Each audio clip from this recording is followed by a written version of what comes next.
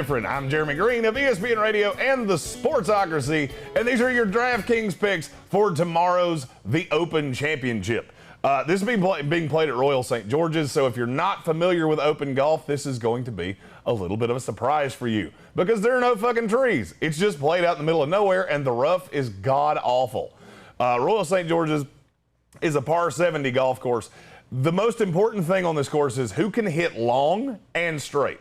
If you lose strokes off the tee box, you're screwed at Royal St. George's.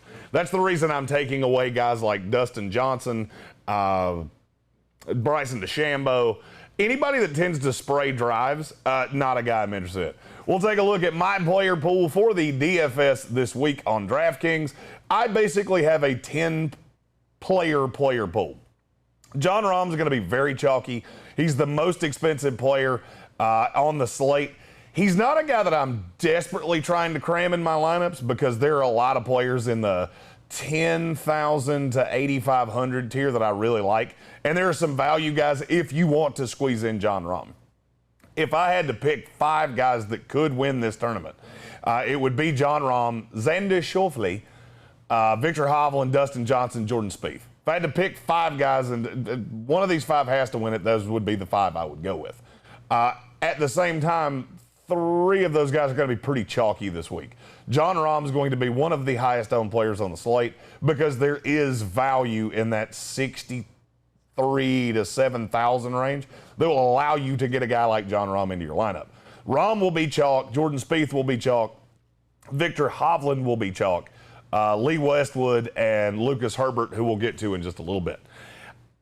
In large part, I don't really care about the chalk because you're going to see a lot of, I think Jordan Spieth's going to be 20 to 25% owned. I will have him absolutely nowhere. There's no interest for me. He's too inconsistent. I know he's been in reasonably good form, but this is not a tournament that I'm trying to outthink myself.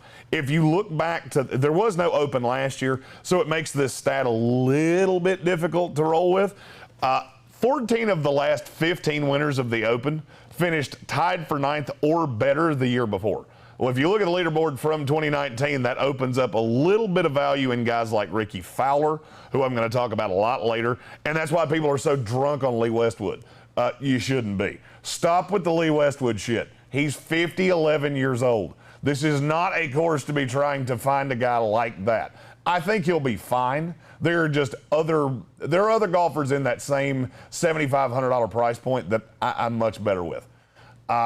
Looking at DFS dart throws, guys that I'm going to be trying to squeeze in my lineups anywhere I can. Adam Scott is another guy that plays into a lot of the narratives, and I think he's still mispriced.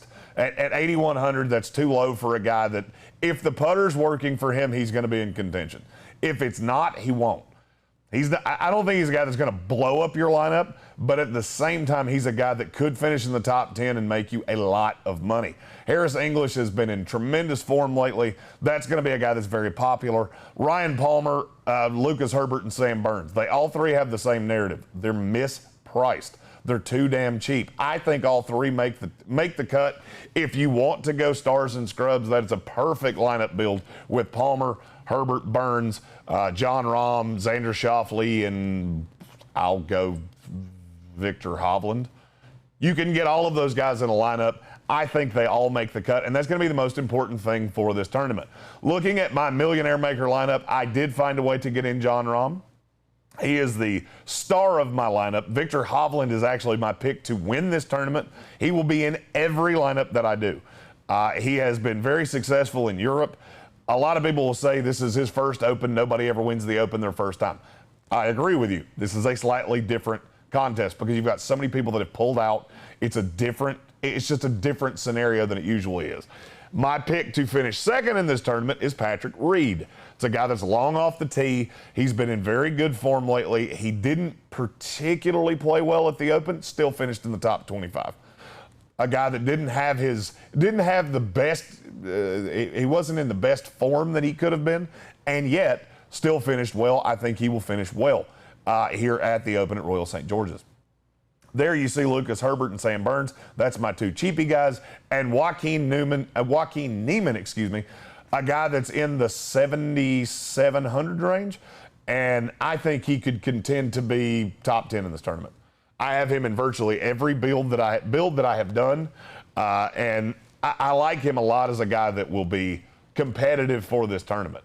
If you look at the player pool, I'm sticking with that pretty aggressively. If I'm going high end, it's Xander Schauffele because I don't see a way he doesn't finish in the top 15. If you can get Rahm in, get Rahm in. Other high end guys, I'm avoiding DeChambeau. I'm avoiding Rory McIlroy because I think he's going to be popular based on how he played at the U.S. Open. I don't think it matters. I don't like him on this golf course. There's just, I would say he finishes top 20. But at his price, he would have to finish in the top 5 to pay off with how many golfers there are that are in that sweetheart tier. Other guys that I haven't mentioned, I do really like Scotty Scheffler this week. I love Matt Fitzpatrick this week. He's just mispriced. He's another guy that's just horribly mispriced. I will be trying to squeeze all of these guys in my lineups. I'm running 3 lineups. They're all built off the 10 guys that were on the previous list. Above all else, enjoy it. This is a weird tournament. It tees off at 1:30 in the morning on the East Coast. If you're on the West Coast, you can actually watch this before you go to bed. It's a weird tournament. It's a lot of fun. I've had a lot of success here over the years. I almost took down the Millionaire. My goal this year is to actually take it down. I'm Jeremy Greene of ESPN Radio and the Sportsocracy. Be sure to subscribe to the channel. Join us live weekday mornings at 10 a.m. for all things sports and no politics. And as always, we're brought to you by Wicked Weed Brewing, wickedweedbrewing.com. Drink different.